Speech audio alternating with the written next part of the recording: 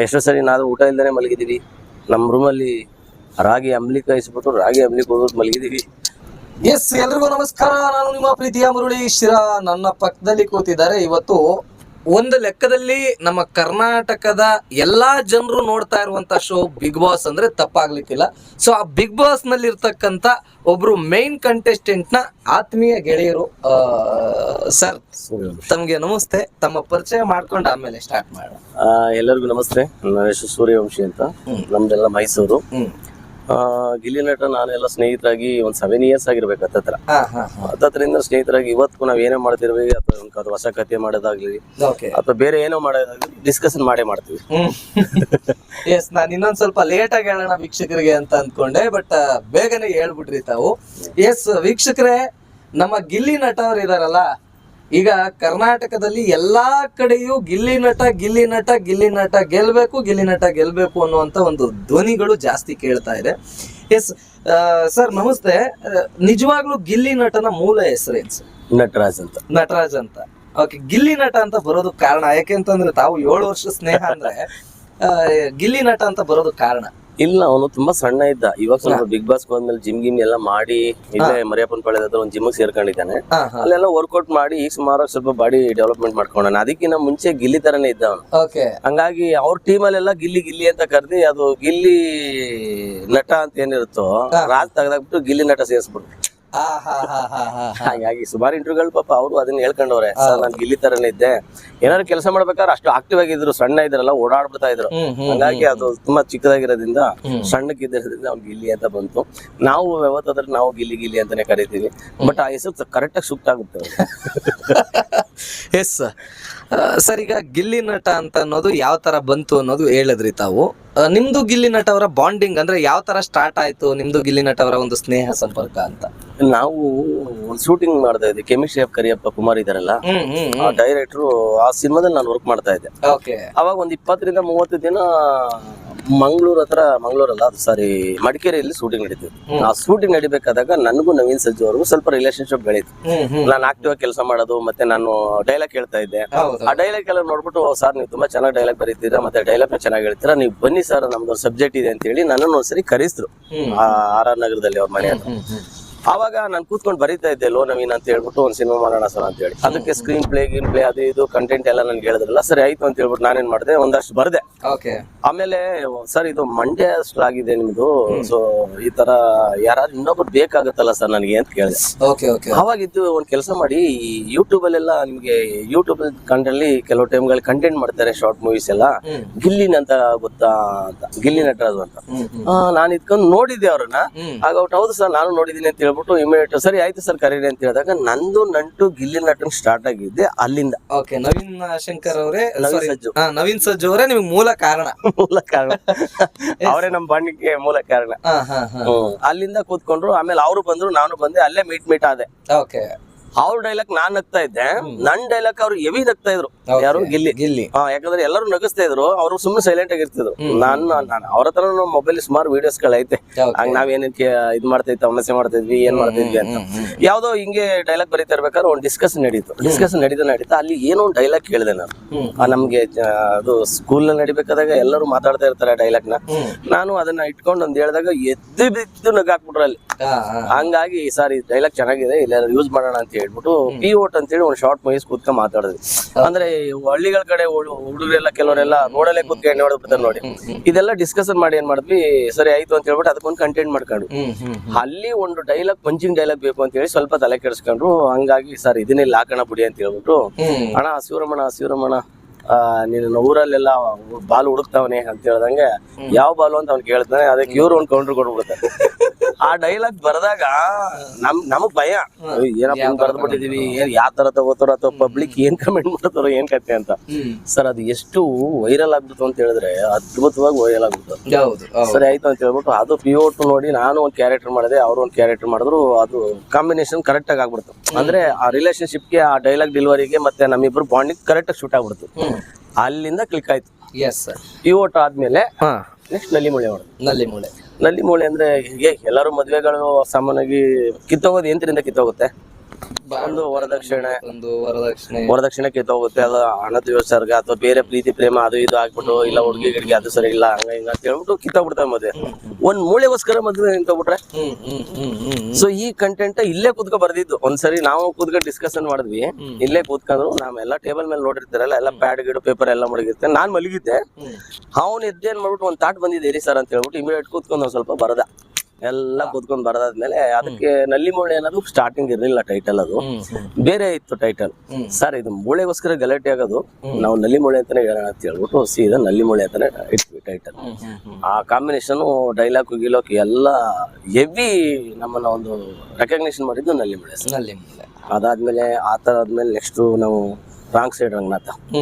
ಎಲ್ಲರೂ ನಾನು ಒಂದು ಪೇಪರ್ ನೋಡಿದ್ವಿ, ಒಂದು ಫೇಸ್ಬುಕ್ ಅಲ್ಲಿ ಬಂದು ಸತ್ತಿರ ಹೆಣದ ಕೈಲಿ ಹೆಬ್ಬೆಟ್ಟು ಹೊತ್ತಿಸ್ಕೊತಾ ಇರ್ತಾರೆ, ನೀವು ನೋಡಿರ್ತೀರ ಅನ್ಸುತ್ತೆ.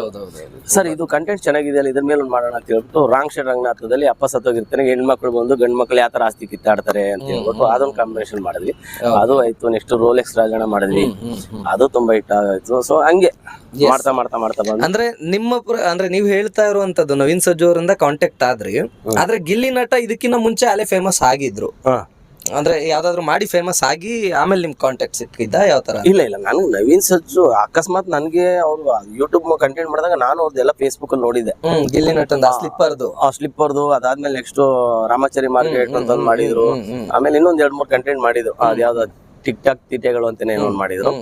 ಈ ಒಳ್ಳೆ ಡೈಲಾಗ್ ಅಲ್ಲ, ನನ್ ತಾಟು ಕರೆಕ್ಟ್ ವರ್ಕ್ ಆಗ್ತಿತ್ತು, ನನಗೂ ಸಿಂಕ್ ಆಗ್ತಾನಲ್ಲ ಇವನು ಎಲ್ಲಿ ಸಿಗ್ತಾನೆ ಅಂತ ನೋಡಿ. ಅದು ಹೆಂಗಾಗತ್ತೆ ಅಂದ್ರೆ ಆ ದೇವ್ರು ಹಂಗೆ ಕರ್ಕೊಂಡ್ ಜಾಯಿನ್ ಮಾಡ್ಬಿಡ್ತಾರೆ. ಅಲ್ಲಿಂದ ನಮ್ಗೊಂದಾಯ್ತು, ಅಲ್ಲಿಗ 4 ಮಾಡಿದ್ರು ಅವರು, ನಾವು ಅವ್ರ ಜೊತೆ ಒಂದ್ 4 ಮಾಡಿದ್ವಿ. ಹಂಗಾಗಿ ಎಲ್ಲ ವರ್ಕೌಟ್ ಬಂದಾದ್ಮೇಲೆ ನೆಕ್ಸ್ಟ್ ಸರ್ ಎಲ್ಲಿವರೆಗೂ ಶಾರ್ಟ್ ಮೂವೀಸ್ ಮಾಡೋಣ, ಏನಾದ್ರು ಮಾಡ್ಬೇಕಲ್ಲ ಅಂತಂದ್ರು. ಅಷ್ಟಕ್ಕೆ ಹೋಗ್ತಾ ಹೋಗ್ತಾ ಹೋಗ್ತಾ ಹಂಗೆ ಒಂದ್ಸರಿ ಯೋಗರಾಜ್ ಭಟ್ ಅವ್ರ ಸರ್ ಪರಿಚಯ ಆದ್ರು.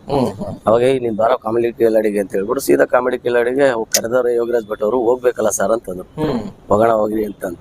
ಅವಾಗ ಪಾಪ ಅವನಿಗೆ ಬೇರೆ ಬೇರೆ ಸಿಚುವೇಶನ್ ಇತ್ತು ಬಿಡಿ ಪಾಪ, ಇಲ್ಲಿಂದ ಬಸ್ಸಲ್ಲಿ ಹೋಗ್ತಾನಿಲ್ಲ, ಏನು ಹೋಗ್ತಾನಿಲ್ಲ ಅಂತ ಸಿಚುವೇಶನ್ ಇತ್ತು. ಯಾಕಂದ್ರೆ ನನ್ನ ಹತ್ರ ಕೆಲವು ಸೂಕ್ಷ್ಮ ವಿಚಾರಗಳು ತುಂಬಾ ಇದೆ. ಇವತ್ತೆಲ್ಲ ಗಿಲ್ಲಿ ನಟ ಗಲ್ಲಿಗೂ ಗೊತ್ತಾಗಿದೆ ಅಂತ ಹೇಳಿದ್ರೆ ಅದ್ರ ಹಿಂದೆ ಕೆಲವು ಘಟನೆಗಳಿದೆಯಲ್ಲ, ಬೇರೆ ತೀರಿ ಫೀಲ್, ನಾವೇ ಎಮೋಷನ್ ಆಗ್ಬಿಡ್ತೀವಿ ಅದನ್ನೆಲ್ಲ ನೆನ್ಸ್ಕೊಂಡು. ಇಲ್ಲ ಅಂದ್ರೆ ನಮ್ಮ ವೀಕ್ಷಕರಿಗೂ ಕೂಡ ಗೊತ್ತಾಗ್ಬೇಕು, ಇವತ್ತು ನೀವು ಹೇಳ್ದಾಗೆ ಗಿಲ್ಲಿ ನಟ ಅನ್ನೋದು ಗಲ್ಲಿಗೂ ಫೇಮಸ್ ಆಗಿರ್ತಕ್ಕಂಥದ್ದು. ಆದ್ರೆ ಇದಕ್ಕಿಂತ ಮುಂಚೆ ಗಿಲ್ಲಿ ನಟ ಆಗ್ಲಿ ತಾವಾಗ್ಲಿ ಬಂದಿರ್ತಕ್ಕಂಥ ಸ್ಟ್ರಗಲ್ ಮಾಡಿರ್ತಕ್ಕಂಥ ಸ್ಟ್ರಗಲ್ ಎಲ್ಲನ ಪ್ರತಿಯೊಬ್ಬರಿಗೂ ಗೊತ್ತಾಗ್ಬೇಕು. ಯಾಕೆಂದ್ರೆ ಇವನೇನ್ ಬಿಡಪ್ಪ ಮೊಬೈಲ್ ಇಟ್ಕೊಂಡ್ಬಿಟ್ಟು ಟಕ್ ಅಂತ ರೈಸ್ ಆಗ್ಬಿಟ್ಟ, ಮೊಬೈಲ್ ಇಟ್ಕೊಂಡ್ಬಿಟ್ಟು ಬಂದ್ಬಿಟ್ಟು ಫೇಮಸ್ ಆಗ್ಬಿಟ್ಟ ಇವನು ಅನ್ನುವಂತ ಕೆಲವು ವರ್ಗ ಇರುತ್ತೆ. ಸೊ ಅಂತವ್ರಿಗೆಲ್ಲ ಕರೆಕ್ಟ್ ಆಗಿ ಅರ್ಥ ಆಗ್ಬೇಕು ಅಂದ್ರೆ ಪರಿಪೂರ್ಣವಾಗಿ ತಾವು ಹೇಳಲೇಬೇಕಾದಂತ ಸಿಚುವೇಶನ್. ನೋಡಿ, ನಮ್ಗೆ ಅಲ್ಲಿಂದ ಪರಿಚಯ ಆದ್ಮೇಲೆ ನಮ್ಗೆ ಊಟಕ್ಕೂ ಕಷ್ಟ ಇತ್ತು. ಯಾಕಂದ್ರೆ ನಮ್ಗೆ ಯಾರು ವರ್ಕ್ ಮಾಡ್ಕ ಕರೀತಾರ ಸಿನಿಮಾದಲ್ಲಿ, ನಮ್ಗೆ ಏನು ಕೊಡ್ತಾನೆ ಇರಲಿಲ್ಲ. ಕೊಟ್ರೆ ಅಟ್ಲೀಸ್ಟ್ 100 ರೂಪಾಯಿ ಕನ್ವಿನ್ಸ್ ಕೊಡೋದು, ಅದನ್ನಾರು ಸಿಕ್ಕಿದ್ರೆ ಅಟ್ಲೀಸ್ಟ್ ಪೆಟ್ರೋಲ್ ಹಾಕ್ಸ್ಕೊಂಡು ಮನೆಗೆ ಹೋಗ್ಬೇಕಲ್ಲ ಅಂತ ಅನ್ಕೋತಿದ್ವಿ. ಅದನ್ನು ಕೊಟ್ಟಿಲ್ಲ ಸರ್. ಸುಮ್ನೆ ಪಾಪ ಇವತ್ತು ಕೆಲಸ ಕಲ್ತಿದೀವಿ, ನಾವು ಕೆಲಸ ಮಾಡ್ತಾ ಇದೀವಿ ಅಂತ ಹೇಳಿದ್ರು 100% ಬೇರೆಯವ್ರಿಗೆ ಹೆಂಗ್ ಹೇಳಕ್ಕಾಗತ್ತೆ? ಇಲ್ಲ, ಅವ್ರು ಅಕ್ರೆಕ್ಷನ್ ಮಾಡಿರ್ಬೇಕು. ಈಗ ನಾವು ಬಂದಾದ್ಮೇಲೆ ಅವ್ನಿಗೆ ಏನ್ ಖರ್ಚಾಗತ್ತೆ, ಇಲ್ಲಿಗೆ ಬಂದಿದ್ದೇನಲ್ಲ, ಅವ್ನಿಗೆ ಏನ್ ಕೊಡ್ಬೇಕು ಅದಾರು ಕೊಡ್ಬೇಕು ಅಂತ ಅನ್ಕೊಂಡ್ರೆ ಓಕೆ. ಈಗ ಡೈರೆಕ್ಷನ್ ಡಿಪಾರ್ಟ್ಮೆಂಟ್ ಅನ್ನೋದು ಹೆಂಗಿರುತ್ತೆ ಅಂತ ಹೇಳಿದ್ರೆ ಅದ್ ಬೇಡ ನಿಮ್ಗೆ. ನೋಡಿ, ಫಸ್ಟ್ ಸ್ಟಾರ್ಟಿಂಗ್ ಶೂಟಿಂಗ್ ಇಂದ ಹಿಡಿದು ಪೋಸ್ಟ್ ಪ್ರೊಡಕ್ಷನ್ ಇಂದ ಪ್ರೀ ಪ್ರೊಡಕ್ಷನ್ ಇಂದ ಕಷ್ಟ ಪಡೋರೆ ಡೈರೆಕ್ಷನ್ ಡಿಪಾರ್ಟ್ಮೆಂಟ್ ನವ್ರು. ಅವ್ರಿಗೆ ಎಲ್ಲಿ ಸಿಗುತ್ತೆ? ಎಲ್ಲರೂ ಅನ್ಕೊಂಡಿರ್ತಾರೆ ಡೈರೆಕ್ಷನ್ ಡಿಪಾರ್ಟ್ಮೆಂಟ್ ಅವ್ರಿಗೆ ಡೈರೆಕ್ಟರ್ ಆಗ್ಬಿಟ್ರೆ ಕೋಟಿಗಟ್ಲೆ ದುಡ್ಡು ಮಾಡ್ಬಿಡ್ತಾನೆ ಅಂತ. ಸರ್, ನೀವು ಕೋಟಿಗಟ್ಲೆ ಇರ್ಲಿ, ನೀವು ಸ್ಟಾರ್ಟಿಂಗ್ ಆಗ್ತಿರ್ಲಿ. ಈಗ ಮೆಕ್ಕೆಜೋಳ ಒಂದ್ ತೆನೆ ಬಿಡುತ್ತೆ, ಆದ್ರೆ ಸ್ಟಾರ್ಟಿಂಗ್ ಅದಕ್ಕೊಂದ್ ಜೋಳ ಹಾಕಿರ್ತಾರ ತಾನೆ, ಆ ಜೋಳದಿಂದ ಒಂದ್ ತೆನೆ ಆಗೋದು. ನಮ್ಗೆ ಅದಾರು ಬೇಕಲ್ಲ ಒಂದ್ ಜೋಳ, ಜೋಳಕ್ಕೂ ಅದು ಇಲ್ವಲ್ಲ. ಹಂಗಾಗಿ ಅವರು ಲಗ್ಗೆರೆ ಹತ್ರ ಇದ್ರು. ನಾನು ಅಲ್ಲಿಂದ ಕರ್ಕೋಗಿ ನವೀನ್ ಸಜ್ಜು ಅವ್ರ ಹತ್ರ ಡಿಸ್ಕಷನ್ ಮಾಡಾದ್ಮೇಲೆ ಕಾನ್ಸೆಪ್ಟ್ ಬಗ್ಗೆ ಮತ್ತೆ ಅವ್ರನ್ನ ಕರ್ಕೋಗಿ ಲಗ್ಗೆರೆ ಬಿಟ್ಬಿಟ್ಟು ಮತ್ತೆ 10:11 ಗಂಟೆಗೆ ನನ್ನ ರೂಮಿಗೆ ಬರ್ತಾ ಇದ್ದೆ. ಎಷ್ಟು ಸಲ ನನ್ನ ರೂಮಲ್ಲಿ ಮಲಗ್ತಾ ಇದ್ರು ಅವ್ರು. ಇದಕ್ಕಿಂತ ಮುಂಚೆ ಚಂದ್ರಲೆ ಹೋಟ್ಲ್ ಮಾಡಿದ್ವಿ ನಾವು ಮನೇನ, ಅಲ್ಲಿದ್ವಿ. ಅಲ್ಲಿಂದ ಆದ್ಮೇಲೆ ಅಲ್ಲಿ ಏನೋ ಸಮಥಿಂಗ್ ಯಾಕೆ ಮನೆ ಸೂಟ್ ಆಗ್ಲಿಲ್ಲ, ಬೇರೆ ಮಾಡೋಣ ಅಂತ ಹೇಳಿ ಇಲ್ಲಿಗೆ ಬಂದ್ವಿ. ಲಗ್ಗೆರೆಲಿ ಇದ್ದಾಗ ತುಂಬಾ ಸ್ಟ್ರಗಲ್ ಪಟ್ಟಿದ್ದಾನೆ, ತುಂಬಾ ಸ್ಟ್ರಗಲ್. ಯಾಕಂದ್ರೆ ನಮಗೆ ಎಷ್ಟು ಸರಿ ಕೇಳಿದಾಗ ಅದು ಊಟ ಇರಲಿಲ್ಲ, ನಾವೇ 50 ರೂಪಾಯಿ ಕಳಿಸಿರೋದು, 100 ರೂಪಾಯಿ ಕಳಿಸಿರೋದು ದಿನಗಳಿದೆ. ಅಂದ್ರೆ ನಾವು ಅದನ್ನ ಹಿಂಗಂತಲ್ಲ, ಅಷ್ಟು ಸ್ಟ್ರಗಲ್ ಇದೆ. ಯಾಕಂದ್ರೆ ನಾನ್ ಬೇರೆ ಕೆಲಸ ಮಾಡ್ಕೊಂಡು ಸಿನಿಮಾದಲ್ಲಿದ್ದೆ. ಈ ಟಾಟಾ ಕ್ಯಾಪಿಟಲ್ ಮತ್ತೆ ಬಜಾಜ್ ಫೈನಾನ್ಸ್ ಅಲ್ಲಿ EMI ಕಲೆಕ್ಟ್ ಮಾಡ್ತಾರಲ್ಲ ಸಿವಿಲ್ ಮ್ಯಾನೇಜರ್, ಆ ತರದೆಲ್ಲ ಮಾಡ್ತಿದ್ದಾಗ ನನಗೆ ಒಂದ್ 30-35 ಸಾವಿರ ಸಂಬಳ ಬರ್ತಿತ್ತು. ನಾನೊಂದ್ ಲೆವೆಲ್ಗೆ ಇದ್ದೆ, ಯಾಕಂದ್ರೆ ನನ್ಗೆ ಅಷ್ಟು ಕಮಿಟ್ಮೆಂಟ್ ಇತ್ತು. ನಾನು ಅದನ್ನ ಮಾಡ್ಕೊಂಡು ಇಲ್ಲಿದ್ದೆ, ಅವನ ಹತ್ರ ಇದ್ದು. ಹಾಗಾಗಿ ಸರಿ ಅಂತ ಹೇಳ್ಬಿಟ್ಟು ಬಹಳ ಕಷ್ಟಪಟ್ಟಿದೀವಿ. ಅರ್ಧ ಎಗ್ ರೈಸ್ ತಿನ್ಕೊಂಡು ಇಬ್ರು ಅರ್ಧ ತಿಂದಿದೀವಿ. ಅದು ಅದಕ್ಕೆ ಹೇಳಿದ್ರೆ ನಾವು ತುಂಬಾ ಎಮೋಷನ್ ಆಗ್ಬಿಡ್ತೀವಿ. ಬಟ್ ನಾವ್ ಎಲ್ಲೂ ಹೇಳ್ಬಾರ್ದು. ಯಾಕಂತ ಹೇಳಿದ್ರೆ ಇವಾಗ ನಾವ್ ಹೇಳ್ಬೇಕು ಅಂತ ಅನ್ಸುತ್ತೆ, ಎಲ್ಲರಿಗೂ ಹೇಳ್ಬೋದು ಅಂತ. ಸಾಕಷ್ಟು ವಿಷಯಗಳು ಇನ್ನೂ ಟೈಮ್ ಬರ್ಬೇಕು. ಯಾಕಂದ್ರೆ ಅವನು ನಾನು ಎದುರುಗಡೆ ಕೂತ್ಕೊಂಡಾಗ ತುಂಬಾ ಎಮೋಷನ್ ಆಗ್ಬಿಡ್ತೀವಿ, ನಾವ್ ಹೆಂಗಿದ್ವಿ ಹೇಗಾದ್ವಿ ಅಂತ. ಅವರು MG ಕಾರ್ ತಕೊಂಡಾಗ ತುಂಬಾ ಖುಷಿ ಆಗ್ಬಿಡ್ತು. ಒಂದು ಸ್ಟೆಪ್ ಅಲ್ಲಿ ಹೋಗಿದೀವಿ ಅಂತ ಹೇಳಿದ್ರೆ ಬಹಳ ಕಷ್ಟ ಸರ್ ಅದು. ನಾವು ಆಗ ಅನ್ಕೊಂಡಿರ್ತೀವಿ ನಾವು ಇದನ್ನ ಮಾಡ್ಬೇಕು ಎಲ್ಲ ಕಾರ್ ತಕತ್ತಾರೆ ಮನೆ ತಕತ್ತಾರೆ ಅಂತ ಹೇಳಿದ್ರೆ ನೆವರ್. ಅದರಿಂದ ಇರೋ ಸ್ಟ್ರಗಲ್ ಬೇರೆ ಲೆವೆಲ್ಗಿದೆ ನಮ್ದು. ಎಷ್ಟೋ ಸರಿ ನಾವು ಊಟ ಇಲ್ದೇ ಮಲಗಿದೀವಿ, ನಮ್ಮ ರೂಮಲ್ಲಿ ರಾಗಿ ಅಂಬ್ಲಿ ಕಾಯಿಸ್ಬಿಟ್ಟು ರಾಗಿ ಅಂಬ್ಲಿ ಕೊಡೋದು ಮಲಗಿದೀವಿ. ಅದು ಹಂಗೆ ಒಂಥರ ಇದಾಗ್ಬಿಡುತ್ತೆ ನಮ್ಗೆ. ಆ ಥರದ್ದೆಲ್ಲ ಸ್ಟ್ರಗಲ್ ಮಾಡಿದೀವಿ. ಸ್ಟ್ರಗಲ್ ಮಾಡಿ 1/4 kg ಚಿಕನ್ ತಗೊಬಂದಿರುತ್ತೆ. ಯಾಕಂದ್ರೆ ಅವನು ನಾನ್ ವೆಜ್ ಪ್ರಿಯ ಇಲ್ಲಿ, ಫುಲ್ ನಾನ್ ವೆಜ್ ಪ್ರಿಯ. ಅವ್ನು ನಾನ್ ವೆಜ್ ಅಂದ್ರೆ ಪಂಚಪ್ರಾಣ ಅವನು. ನಾವು 1/4 kg ಚಿಕನ್ ತಗೊಬರೋದು, 1/4 kg ಎಷ್ಟು ಪೀಸ್ ಬರುತ್ತೆ? 5-6 ಪೀಸ್ ಬರ್ಬೋದು. 5-6 ಒಂದು 6 7 ಪೀಸ್ ಸಣ್ಣ ಸಣ್ಣ ಹೊಡಿಸ್ರೆ. ನಾನು ಅಲ್ಲಿಂದ ಹೋದ್ರೆ ಲಗ್ಗೆರೆ ಹತ್ರ ಹೋಗೋದು, ಇಲ್ಲ ಇಲ್ಲಿಗೆ ಬರೋದು. 1/4 kg ಜೊತೆಗೆ ಅವನ ಅಂಗಡಿಲಿ ಚಿಕನ್ ಕಟ್ ಮಾಡ್ತಾನಲ್ಲ, ಸರ್ ಸ್ವಲ್ಪ ಕಾಲ್ ಹಾಕ್ಬಿಡಿ ಸರ್. ಅವನ್ ಯಾಕೆ ಕಾಲು ಅಂತ ಕೇಳು. ಇಲ್ಲ ನಮ್ಮನೆ ಒಂದು ನಾಯಿ ಇದೆ, ನಾಯಿ ಇದೆ, ಅದು ಸ್ವಲ್ಪ ಹಾಕ್ಬೇಕು ಸರ್ ಅಂತ. ಇಲ್ಲಿ ಆ ನಾಯಿ ಇಲ್ಲ, ಇಲ್ಲಿರೋದೇ ನಾವು. ಈಗ ನಮ್ಗೆ ಕಾಲ್ನಾರು ತಿಂದು ಸಮಾಧಾನ ಮಾಡ್ಕೋಬೇಕಲ್ಲ, ಹಂಗಾಗಿ 10 ಕಾಲ್ ಹಾಕ್ಬಿಡೋನು ಅವನು. ಅದನ್ನ ತಕೊಂಬಂದ್ ನೀಟಾಗೆಲ್ಲ ಕ್ಲೀನ್ ಮಾಡ್ಬಿಟ್ಟು ಇಮಿಡಿಯೇಟ್ ಅದನ್ನ ಮಾಡಿ ಅವನೊಂದ್ 2 ಪೀಸು ನಾನೊಂದ್ 2 ಪೀಸು. ಅವ್ನಿಗೇನ್ ಜಾಸ್ತಿ ಕಾಲ್ ತಿಂತಾ ಇರ್ಲಿಲ್ಲ, ನಾನೇ ತಿಂದಾಕ್ಬಿಡ್ತಾ ಇದ್ದೆ. ನೀನ್ ಚಿಕನ್ ತಿನ್ಕೊಳಪ್ಪ, ನಾನು ಕಾಲೇ ತಿಂತೀನಿ ಅಂತ ಹೇಳ್ಬಿಟ್ಟು ತಿನ್ಕೊತಿದ್ವಿ. ಹಂಗಾಗಿ ಆತರ ಸ್ಟ್ರಗಲ್ ಮಾಡ್ಕೊಂಡ್ ಬಂದಿದ್ವಿ. ಆಮೇಲೆ ರೋಡ್ ಸೈಡ್ಲಿ ಫಿಶ್ ಫ್ರೈ ಅಂದ್ರೆ ತುಂಬಾ ಇಷ್ಟ ಅವನಿಗೆ. ಫಿಶ್ ಫ್ರೈ ಅಂತ ಹೇಳಿ, ಗಾಡಿ ಸೈಡ್ಗೆ ಹಾಕ್ಬಿಡಿ ಸರ್, ಗಾಡಿ ಸೈಡ್ಗೆ ಹಾಕಿ, ನೀವು ಸೈಡ್ಗೆ ಹಾಕಿ ಅದು ಕರೀತಾ ಐತೆ, ಸೈಡ್ಗೆ ಹಾಕಿ ನನ್ನ ಆ 1 ಪೀಸ್ ತಗೊಂಡು ಇಬ್ರು ಅಲ್ಲದ ತಿನ್ನೋದು ಆ ಫಿಶ್ ಅಲ್ಲಿ. ಅದು 50 ರೂಪಾಯಿ 60 ರೂಪಾಯಿ ಒಂದು ಫಿಶ್ ಇತ್ತು. ಅದ್ರಲ್ಲೂ ಅಷ್ಟೊಂದು ಇರ್ಲಿಲ್ಲ. ನಾವು ಒಂದು ತಟ್ಟೆ ಹಾಕ್ಸ್ಕೊಂಡು ನಾವು ತಿಂತಾ ಇದ್ವಿ, ಜೊತೆ ತಿಂದ್ವಿ. ಆ ಬಾಂಡಿಂಗ್ ಇವತ್ತು ಹಂಗೆ ಇದೆ. ಇವಾಗ ಬಿಗ್ ಬಾಸ್ ಅಲ್ಲಿ ಗೆಲ್ತಾನಂದ್ರೆ ನಾನು ಗೆಲ್ಲೇಬೇಕು, ಹೋಗಿರೋದೇ ಗೆಲ್ಬೇಕು ಅಂತ. ಯಾಕಂದ್ರೆ ಅವ್ರು ಸ್ಟಾರ್ಟಿಂಗ್ ಹೇಳ್ಬಿಟ್ಟು ಆ ಕಾನ್ಫಿಡೆಂಟ್ ಇಲ್ಲ ಅಂದ್ರೆ ಅದ್ರ ಮಾತಾಡಕ್ ಸಾಧ್ಯನೇ ಇಲ್ಲ. ಯಾಕಂದ್ರೆ ಆತರ ಆಟ ಆಡ್ತಾನೆ, ಮತ್ತೆ ಆ ತರದ್ದು ನಾಲೆಡ್ಜ್ ಇದೆ ಅವನಿಗೆ. ದೇಸಿ ಪ್ರತಿಭೆ ಅಂದ್ರೆ ಒಂದೇ ವರ್ಡಲ್ಲಿ ಬೇರೆ ಮಾತಿಲ್ಲ, ದೇಸಿ ಪ್ರತಿಭೆ.